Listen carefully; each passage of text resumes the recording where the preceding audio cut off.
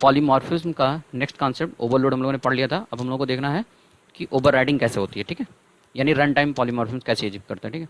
तो इसके लिए हम क्या करेंगे, आते हैं रन टाइम पॉलीमॉर्फिज्म में। आपको याद होना चाहिए कि मैंने पॉलीमॉर्फिज्म दो तरीके बताया था, compile time polymorphism and run time polymorphism. Compile time polymorphism क्या बोलते हैं, ओवरलोडिंग बोलते हैं, जिसको हम लोग स्टैटिक या कंपाइल टाइम बाइंडिंग बोलते थे, ठीक है। दूसरा आता है रन टाइम, जिसको हम ओवरराइडिंग बोलते हैं, लेट बाइंडिंग बोलते हैं या डायनेमिक बाइंडिंग बोलते हैं, ठीक है। इसमें हम ओवरराइडिंग का कॉन्सेप्ट अचीव कर सकते हैं, ठीक है। तो इसको नॉर्मल टर्म में अगर हम बात करें तो ओवरराइडिंग का कॉन्सेप्ट क्या कहलाता है, ओवरराइडिंग का कॉन्सेप्ट कहलाता है कि एक तरीके से एक ही फंक्शन जब मोर देन वन क्लास में डिफाइन किया जाए सेम सिग्नेचर के साथ, यानी सेम प्रोटोटाइप, यानी सेम उसका नाम भी सेम हो, आर्गूमेंट भी सेम हो, रिटर्न टाइप सब कुछ सेम हो, बस उसकी डिफिनीशन क्या हो अलग हो, तो ऐसे कॉन्सेप्ट को हम बोलते हैं रन टाइम पॉलीमॉर्फिज्म। इसका ये मतलब हुआ कि अगर एक बेस क्लास है, बेस क्लास यानी पेरेंट क्लास के अंदर कोई मेथड है जिसका नाम सो नाम को है, सो नाम का मेथड है, वो मेथड डिफाइन किया गया पेरेंट क्लास में और उसी तरीके का चाइल्ड में भी क्या किया जाए, डिफाइन किया जाए सेम सिग्नेचर के साथ, सेम पैरामीटर के साथ, सेम आर्गूमेंट के साथ, लेकिन डिफिनीशन क्या हो उनकी अलग अलग हो, तो उस कॉन्सेप्ट को हम क्या बोलते हैं, उसको बोलते हैं रन टाइम ओवर राइडिंग, ठीक है। अब ध्यान देने वाली बात यह है कि रन टाइम पॉलीमॉर्फिज्म में इसका मतलब ये होगा कि इसमें क्या कॉन्सेप्ट होगा, इसमें इनहेरिटेंस जरूर होगा, ठीक है, क्या होगा, इनहेरिटेंस जरूर होगा, ठीक है। तो इनहेरिटेंस के कॉन्सेप्ट से ही अप्लाई किया जाएगा। अब इसका फायदा क्या होगा, it achieve the run time polymorphism enable you to provide specific implementation of the function which is already defined by its base class. Suppose करिए कि क्लास ने, बेस क्लास ने अपने अंदर एक मेथड बनाया और उसकी एक डिफिनेशन दे दी। अब चाइल्ड चाहता है कि उसको मैं चेंज करना चाहता हूँ, तो इनहेरिट करने पे उसका मेथड तो डायरेक्टली ट्रांसफर हो जाएगा, लेकिन जब वो ट्रांसफर हो जाएगा तो चाइल्ड उसको ट्रांसफर करने के बाद उसको चाहता है चेंज करना, यानी अपने हिसाब से, अपनी डिमांड के हिसाब से, अपनी नीड के हिसाब से क्या करना चाहता है, मॉडिफाई करना चाहता है। उस केस में हम ओवरराइडिंग का कॉन्सेप्ट करते हैं, जैसे कि ओवर नाम ही समझो, ओवरराइड, पूरी तरीके से उसकी प्रॉपर्टी को मॉडिफाई कर देना, ठीक है। इस कॉन्सेप्ट को हम ओवरराइडिंग बोलते हैं, ठीक है।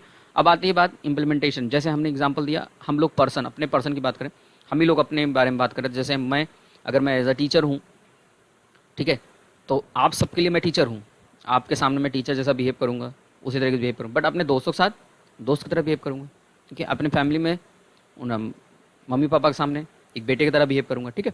तो ये जो कॉन्सेप्ट है इसी को हम बोलते हैं ओवरराइडिंग कॉन्सेप्ट। ये अपने बिहेवियर को पूरी तरीके से क्या कर देना, चेंज कर देना, मॉडिफाई कर देना, कहलाता है ओवरराइडिंग कहना, ठीक है।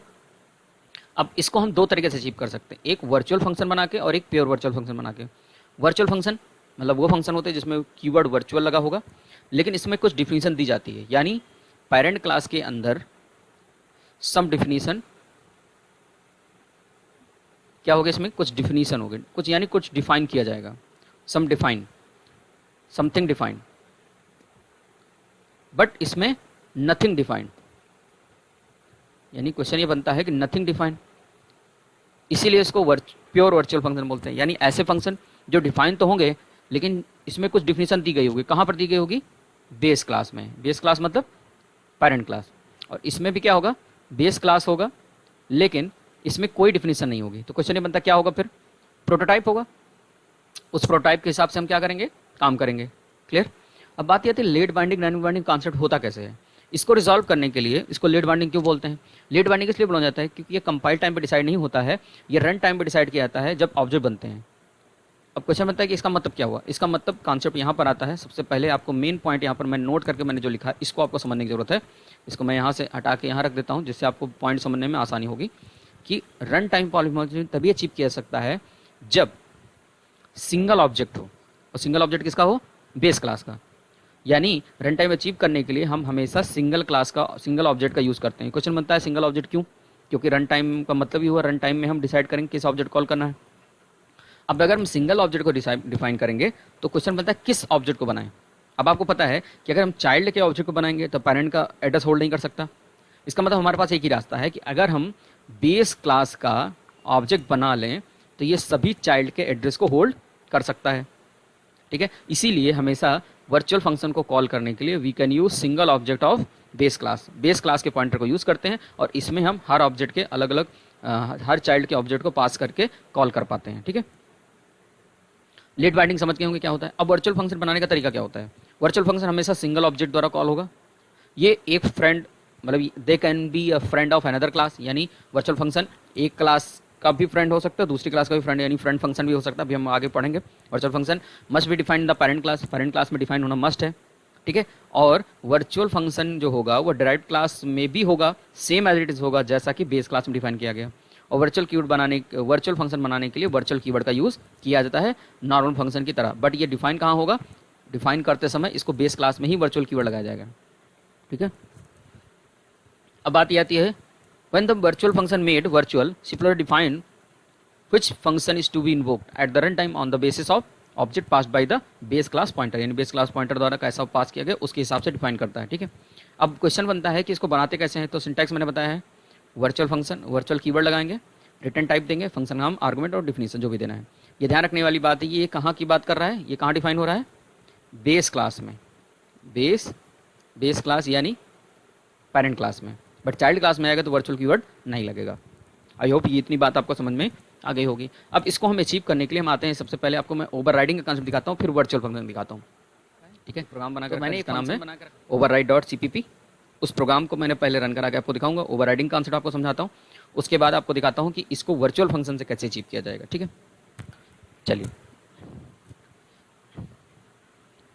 अब देख सकते हैं यहाँ पर override.cpp फाइल को हम ओपन करते हैं। देखिए अब ध्यान समझना है, एक क्लास बनी है जिसका नाम है शेप क्लास। ये मैंने इनहेरिटेंस में आपको प्रोग्राम कराया था जहाँ पर शेप, रेक्टेंगल और स्क्वायर नाम की क्लास का ऑब्जेक्ट यूज़ किया था, लेकिन ध्यान रखने वाले यहाँ पर क्लास का नाम क्या है, शेप। शेप के अंदर 3 आर्गूमेंट, 3 वेरिएबल बने, ABC। मेथड है गेट डायमेंशन, ये इस क्लास के अंदर है लेकिन दूसरी क्लास के अंदर नहीं है। एक तरीके से देखा जाए तो ये जो गेट डायमेंशन नाम का मेथड है, जब दूसरी क्लास में यानी रेक्ट नाम के क्लास में नहीं है, इसका मतलब ये ओवरराइड नहीं किया गया है, यानी ये एक ही फंक्शन बनेगा जो गेट डायमेंशन होगा, जो शेप का होगा, यानी दोनों क्लासेस को यूज कर सकते हैं, शेप भी यूज कर सकता है और रेक्टेंगल भी यूज कर सकता है। रेक्टेंगल क्योंकि चाइल्ड है, इनहेरिट हुआ है शेप क्लास से, शेप पेरेंट है, इसलिए एक्सेस हो सकता है। बट आते हैं अगर यहाँ पर एक वाइड एरिया नाम का मेथड, ध्यान से देखिएगा इसको, वाइड एरिया यहाँ ओवरराइडिंग हो रही है, ठीक है। ओवरराइडिंग कैसे हो रही है, ध्यान देखिए, same return type same argument, ध्यान से देखेंगे तो आर्गूमेंट ध्यान से देखिए, कोई आर्गूमेंट नहीं है, रिटर्न टाइप वाइड है और नाम क्या है, एरिया। डिफिनीशन यहाँ पर ये लिखी गई है और दूसरे वाले में आएंगे तो रेक्टेंगल का डिफिनीशन ये है। अब आप खुद सोचिए, अगर शेप क्लास ने जब पब्लिक से इनहेरिट किया था रेक्टेंगल को, तो रेक्टेंगल के अंदर एरिया नाम का मेथड जो आया होगा वो ये आया होगा, यानी जिसके अंदर ये डिफिनीशन लिखी होगी, this function for finding the area of shape. But जरा इमेजिन करिए कि क्या ये जो डिफिनीशन दी गई है रेक्टेंगल के काम की थी, तो आप कहेंगे नहीं। क्यों नहीं थी, क्योंकि रेक्टेंगल का जो एरिया फाइंड करने का फॉर्मूला है वो है breadth into length into breadth. अब यहाँ पर तो ये काम नहीं करता, इसका मतलब ये पेरेंट की प्रॉपर्टी को चाइल्ड क्या करेगा, अपने हिसाब से ओवरराइड करेगा, यानी यहाँ ओवरराइड हुआ है, ठीक है। ओवरराइडिंग हुई कि नहीं, ओवरराइडिंग हो रही है। ओवरराइडिंग किसके हो रही है, पेरेंट की प्रॉपर्टी को चाइल्ड में, ठीक है। और इसने क्या किया, ब्रेड्थ इंटू हाइट को ओवरराइड किया और रेक्टेंगल का मेथड डिफाइन कर दिया, ठीक है। अब आप समझ गए होंगे, लेकिन यहाँ पर तो ओवरराइडिंग हो रही है। अब जरा इमेजिन करते हैं, जरा आइए, यहाँ पर हमने शेप क्लास का एक पॉइंटर बनाया, ध्यान रखना है ये बेस पॉइंटर है, और याद रखना पॉइंटर है, ऑब्जेक्ट नहीं है, पॉइंटर है। इसका मतलब इसकी वैल्यू को एक्सेस करने के लिए हमें एरो कीवर्ड का यूज़ करना पड़ेगा, डॉट से काम नहीं होगा, क्योंकि ऑब्जेक्ट को हम डॉट से करते हैं। मैंने पढ़ाया था कि रेफरेंस जो होता है हमेशा, ये रेफरेंस है, रेफरेंस या ऑब्जेक्ट कह सकते हैं। तो ऑब्जेक्ट को डॉट से मेंबरशिप ऑपरेटर कॉल कर सकते हैं, बट इसकी प्रॉपर्टी कॉल करने के लिए हमें पॉइंटर में हमेशा एरो लगा। दिस कीवर्ड याद है, दिस कीवर्ड का एग्जाम्पल मैंने कराया था, अगर आपको नहीं किया तो आप जाकर वहाँ पे वीडियो देख सकते हैं, उसमें मैंने एरो ऑपरेटर का यूज़ करके दिखाया था, यानी दिस वहाँ पर पॉइंटर था। अब याद करिए, रेक्टेंगल का ऑब्जेक्ट बनाया, चलिए यहाँ शेप का पॉइंटर बनाया और रेक्टेंगल का ऑब्जेक्ट बनाया। फिर मैंने क्या किया, ऑब्जेक्ट का एड्रेस मैंने बेस क्लास को दे दिया, बेस क्लास के पॉइंटर को, इसका मतलब एड्रेस दिया क्योंकि पॉइंटर है। अब जरा इमेजिन करिए कि एस जो है किसको पॉइंट कर रहा होगा, इस समय पॉइंट कर रहा है रेक्टेंगल को, ठीक है। लेकिन जरा कॉल करेगा जब, तो किसको कॉल करेगा, गेट डायमेंशन। गेट डायमेंशन तो इसी के पास, शेप के पास है, तो शेप अपने आप को कॉल कर लेगा, यानी 10.5 और 20.5 चला जाएगा इस वाले मेथड के अंदर जहाँ पर फ्लोटिंग पॉइंट में वैल्यू असाइन कर गई है, ठीक है, यहाँ पर, और ये असाइन भी कर देगा। लेकिन जरा आइए, इसको अगर एस डॉट एरिया कॉल करेंगे तो किसको कॉल करेगा, यहाँ तो अपने आप को कॉल कर रहा है क्योंकि दोनों में से एक ही के पास है, यानी यहाँ पर तो बेस क्लास का जो ऑब्जेक्ट फंक्शन होगा उसको कॉल करेगा। बट जरा यहाँ पर आइए, यहाँ पर किसको कॉल करेगा? इमेजिन करिए यहाँ पर कॉल करेगा, अब यही देखना है हमें, यहाँ कॉल करेगा बेस क्लास के ही ऑब्जेक्ट को कॉल करेगा। क्वेश्चन बनता है क्यों? तो चलिए पहले इसको हम समझते हैं। मैं पहले आपको रन करा के दिखाता हूँ, आप पहले आउटपुट देखिए फिर आपको समझ में आएगा। ठीक है, आप देख पा रहे होंगे this function for finding the area of shape, यानी ये डिफिनीशन कहाँ की है? ये डिफिनीशन है पेरेंट की।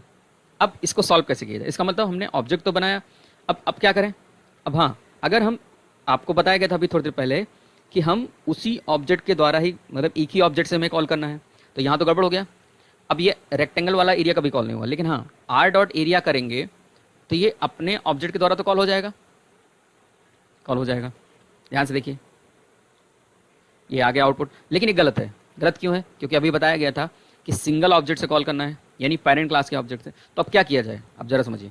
इस केस में जावा ने कहा, मतलब C++ ने कहा कि जब भी ऐसा प्रॉब्लम आएगी कि यानी हमेशा जब भी हम कॉल करेंगे तो चाइल्ड के ऑब्जेक्ट से भी कॉल करें चाहे पेरेंट के ऑब्जेक्ट से कॉल करें, हमेशा ऑब्जेक्ट पेरेंट का ही कॉल होगा, हमेशा फंक्शन पेरेंट कॉल होगा। इस केस में हम इसको बनाएंगे वर्चुअल। क्या बना देंगे? वर्चुअल। अब ध्यान देखना, जब ये वर्चुअल बन गया, अब हम पहले इसको हटाते हैं, हटा दिए। अब आप देखिएगा, अब अभी तक किसका आ रहा था? अभी मैंने बताया था यहाँ पर बेस का आ रहा था, बेस का कॉल हो रहा था, लेकिन अब जरा देखिएगा क्या कॉल होना चाहिए, ध्यान देखिएगा। तो आप देख सकते हैं यहाँ पर आउटपुट किसका है? Area of rectangle is equal to this. इसका ये मतलब है यहाँ पर ऑब्जेक्ट किसका गया? ऑब्जेक्ट तो जा रहा है रेक्टेंगल का ही, किसके पास? बेस क्लास के पास। लेकिन बेस क्लास का होते हुए भी कॉल किसको किया? रेक्टेंगल वाले को। क्यों? क्योंकि यहाँ पर वर्चुअल लगाया गया। वर्चुअल लगाने का मतलब ही हुआ डिफिनीशन डिफाइन जो की गई है ओवरराइडिंग का कॉन्सेप्ट के साथ, जो ओवरराइड किया गया वो कॉल होगा, ना कि पेरेंट क्लास की। अभी इसके पहले क्या हो रहा था? जब हमने वर्चुअल नहीं लगाया था तो जब भी हम पेरेंट क्लास या चाइल्ड क्लास के ऑब्जेक्ट कॉल करते थे तो हमेशा वो सबसे पहले पेरेंट में देखता था। अगर पेरेंट में मिल गया तो उसको कॉल करेगा, नहीं तो चाइल्ड को। इसका ये मतलब हुआ कि अगर हम इसमें इस डिफिनीशन, इस फंक्शन को नहीं बनाए होते, यहाँ तक बंद किए होते, तब तो रेक्टेंगल का ही कॉल होता, लेकिन ऊपर डिफाइन था, इस वजह से हमेशा पेरेंट का ही कॉल कर दे रहा था। ठीक है, तो आई होप आपको ये बात समझ में आई होगी कि वर्चुअल कीवर्ड लगाने का बेनिफिट क्या हुआ कि ओवरराइडिंग आप पूरी तरीके से अचीव कर सकते हैं। तो ये जो प्रोग्राम था ये वर्चुअल फंक्शन का प्रोग्राम था, लेकिन अभी प्योर वर्चुअल फंक्शन का नहीं था। मैंने अभी बताया था प्योर वर्चुअल फंक्शन, में अगली क्लास में आपको बताऊंगा कि कैसे इसको कॉल किया जाता है प्योर वर्चुअल फंक्शन। ठीक है, आई होप आपको इतनी बातें समझ में आ गई। अगर आपको इसको प्योर वर्चुअल फंक्शन के फॉर्म में पढ़ना होता तो हम क्या करते? प्योर वर्चुअल फंक्शन में कुछ नहीं करना था, इसी प्रोग्राम में हम दूसरा भी प्रोग्राम बना सकते थे। चलिए इसको मैं आपको करके दिखा सकता हूँ। चलिए प्योर वर्चुअल फंक्शन का कॉन्सेप्ट कैसे होगा। अब प्योर वर्चुअल फंक्शन में अब आप खुद सोचिए प्योर वर्चुअल फंक्शन क्यों आया। आप देखिए, इस जो शेप नाम का मेथड है जिसके अंदर ये वर्चुअल एरिया नाम का मेथड बना हुआ है, इसकी डिफिनीशन जो दी गई, क्या इस काम की है? किसी काम की है? शेप का तो एरिया कोई होता नहीं, यानी जितने भी चाइल्ड बनेंगे, रेक्टेंगल हो, ट्रायंगल हो, स्क्वायर हो, सभी को ओवरराइड करने की जरूरत है, यानी सब लोग अपना अपना एरिया नाम का मेथड बनाएंगे। तो ये बताओ, आप लोग खुद सोचिए कि शेप नाम के अंदर जो ये एरिया नाम का मेथड बना है, इसका कोई काम है? नहीं है, क्योंकि इसका तो कोई एरिया निकलने वाला नहीं और इस लाइन से कुछ होने वाला भी नहीं है। तो क्या इसमें डिफाइन करना जरूरी है? डिफाइन करने से बेनिफिट ये होगा, स्ट्रक्चर बनेगा, एक स्टैंडर्ड बन जाएगा। तो हम क्या करेंगे, इसमें हम डिफिनीशन ही नहीं देंगे। ठीक है, किस में डिफिनीशन नहीं देंगे? शेप नाम की क्लास के अंदर। ठीक है, और क्या करेंगे, इसको हम केवल बिना डिफिनीशन के छोड़ देंगे। ठीक है, चलिए तो कैसे करेंगे जरा देखिए। हमने क्या किया, एक नया बनाया और यहाँ पर इस प्रोग्राम को बंद कर दिया। ठीक है, अब आइए जरा, इसमें हम प्योर वर्चुअल फंक्शन जब बनाना होगा तो हम क्या करेंगे, इस पूरे को हटा देंगे और डिफाइन करते समय यहाँ इक्वल टू 0 लगा देंगे। बस क्या लगा देंगे? 0, जिसका मतलब कोई डिफिनीशन नहीं होगी। ठीक है, ये मैंने इसको सेव कर दिया।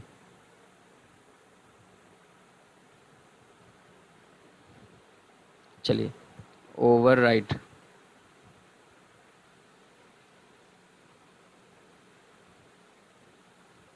ओवरराइड डॉट CPU, चलिए यही बना देते हैं। ठीक है, अब देखिए इसमें डिफिनेशन है, अब इस डिफिनेशन कोई काम भी नहीं है, लेकिन अब देखिए बड़ा बेनिफिट हुआ, कुछ नहीं करना है, बस यही था हमारा प्योर वर्चुअल फंक्शन जिसमें हमें डिफिनीशन नहीं देना है। तो ऊपर वाले का कोई काम भी तो नहीं है, अब हम आराम से कॉल करेंगे तो डिफाइन हो जाएगा। अब ज़रा देखिए, इसको भी हम रन कराते हैं, आप देख सकते हैं आराम से आउटपुट आएगा। The area of rectangle is this, इसी को बोलते हैं प्योर वर्चुअल फंक्शन। तो प्योर वर्चुअल फंक्शन वो फंक्शन होते हैं जिनकी कोई डिफिनीशन ना हो, इसी को हम प्योर वर्चुअल फंक्शन कहते हैं। यानी इसी प्योर वर्चुअल फंक्शन को हम नो डिफिनीशन भी बोलते हैं। डेफिनीशन,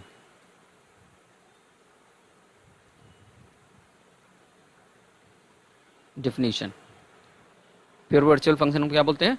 नो डिफिनीशन भी बोलते हैं। ठीक है, आई होप आपको ये बात समझ में आ गई होगी प्योर वर्चुअल फंक्शन क्या होते हैं। ठीक है, तो जब भी हमें ऐसा कोई मेथड दिखाई दे जो हम चाहते हैं कि पेरेंट क्लास के अंदर, ध्यान सुनिएगा, ऐसा कोई मेथड जो पेरेंट क्लास में हम चाहते हैं कि रहे, लेकिन चाइल्ड जितने हों वो अपने हिसाब से क्या करें, उसको ओवरराइड कर सकें, उस केस में हम नो डिफिनीशन यानी प्योर वर्चुअल फंक्शन बनाएंगे। इसी को बोलते हैं प्योर वर्चुअल फंक्शन। ठीक है, बट अगर हम चाहते हैं कि से पेरेंट क्लास के अंदर भी कोई फंक्शन हम डिफाइन करना चाहते हैं जिसकी डिफिनीशन हो, लेकिन उसके चाइल्ड उसको क्या करें, ओवरराइड करें, उस केस में हम क्या करेंगे, प्योर की बजाय वर्चुअल फंक्शन बनाएं जिसकी डिफिनीशन होगी। ठीक है, तो इसके पहले वाले प्रोग्राम में मैंने वर्चुअल फंक्शन दिखाया, और उसके पहले मैंने आपको ओवरराइडिंग कॉन्सेप्ट दिखाया, और आपको उसके बाद मैंने दिखाया प्योर वर्चुअल फंक्शन कॉन्सेप्ट। ठीक है, आई होप आपको बातें समझ में आ गई होंगी। अगर आपके कोई दिमाग में डाउट है तो आप जरूर कमेंट बॉक्स में पूछ सकते हैं। Thanks for watching.